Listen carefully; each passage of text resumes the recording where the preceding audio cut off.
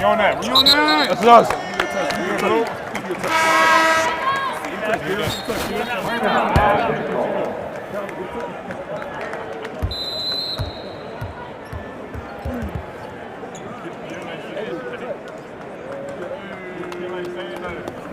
me get one more in that hole. We're going to keep it there. Summer League has begun for the Detroit Pistons. Little did we know it would be this much of a roller coaster.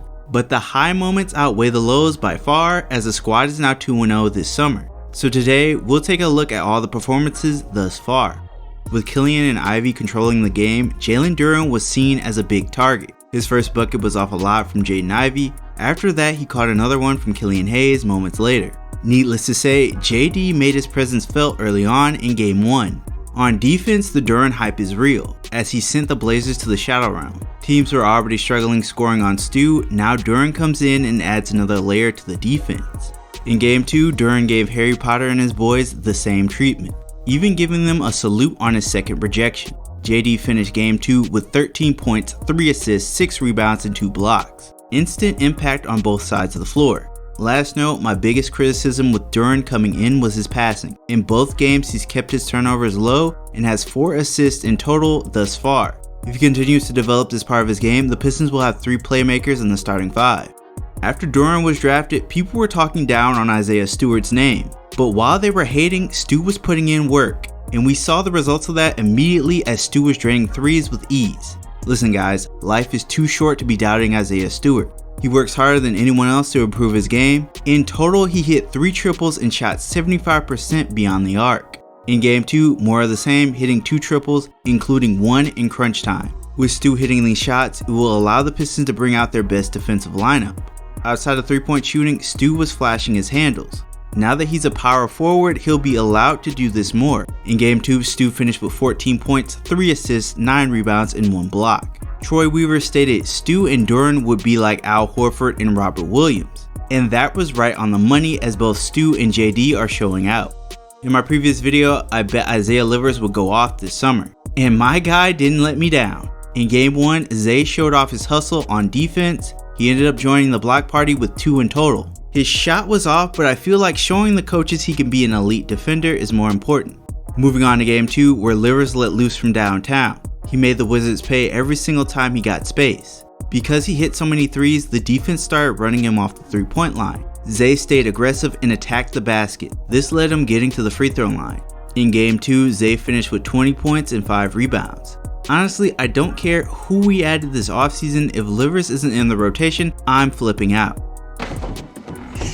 I'm insane with anger. Nah, but for real though, Zay has proved himself at the end of the season and now in Summer League, so let him loose. Jayden Ivy's debut was a tale of 2 halves. First half he showed he could hit, catch, and shoot threes. Ivy taking and making those shots will stop teams from doubling Cade. He hit 2 triples in total, but I'll give him 1 more, as he pulled a Chauncey Billups on his 3rd make. Second half, Ivy settled in and went on attack mode. Using his speed, he was able to get downhill with ease. The Blazers got tired and Jaden just ran him out the gym. I talked about this in previous videos, but once again, Ivy is so quick, guys are just going to foul him, which means free throws. He went to the line and was 6 of 6 from the stripe. Poison Ivy finished with 20 points, 6 assists, and 6 rebounds in Game 1, already on triple-double watch. Then in Game 2, Ivy had his ankle taken out by some random trash can. Before that though, he was going Super Saiyan for 5 minutes. The Pistons sat Killian Hayes this game, which allowed Ivy to run the offense. And he was making good decisions with the ball even at breakneck speeds. In these short moments, Ivy showed he can be trusted with the basketball. His time in Summer League may be done, but that was a great showcase. The Pistons need someone who could replace Jeremy Grant's scoring, and they needed another playmaker in the starting 5. They were able to get both with Jayden Ivy. Moving on to the surprising standout, Stanley Umude. He got a chance to play against the Wizards and he made it count as he hit a barrage of threes. This shooting is something the Pistons reward in Summer League. Umude finished with 12 points and 1 block. Now that he showed he can shoot, he needs to showcase other parts of his game. But this was a good first impression. Last player I want to discuss was Braxton Key. With Rodney McGruder most likely not returning, the Pistons needed a new Swiss Army knife. That seems to be Braxton Key, who out-hustled everyone in both games. He was blocking shots, getting steals, in fact he had 4 in Game 1, saving possessions and securing rebounds. Dude did it all and deserves some high praise.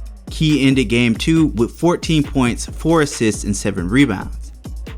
In 2 games, Ivey and Duren showed why they're on the roster, and on top of that, they showed they are still adding things to their game. I hope Ivey will be good to go by the time preseason rolls around, so the starting 5 can mesh early. Speaking of the starting 5, I feel like Stewart and JD have shown they should be the front court to start the season. They already have good chemistry at this point. And that wraps up this video. 2 games down, 2 more to go. Up next, the Pistons take on Ben Mathurin and the Pacers. With the injury scare, I expect Stu and possibly Duren to sit the next few games so other players can be shown off. Honestly, we should really enjoy these games no matter who is playing, as this will be the only basketball we will be getting for the next 2 months. Alright guys, if you enjoyed this video, hit that like button and subscribe to see more Pistons content.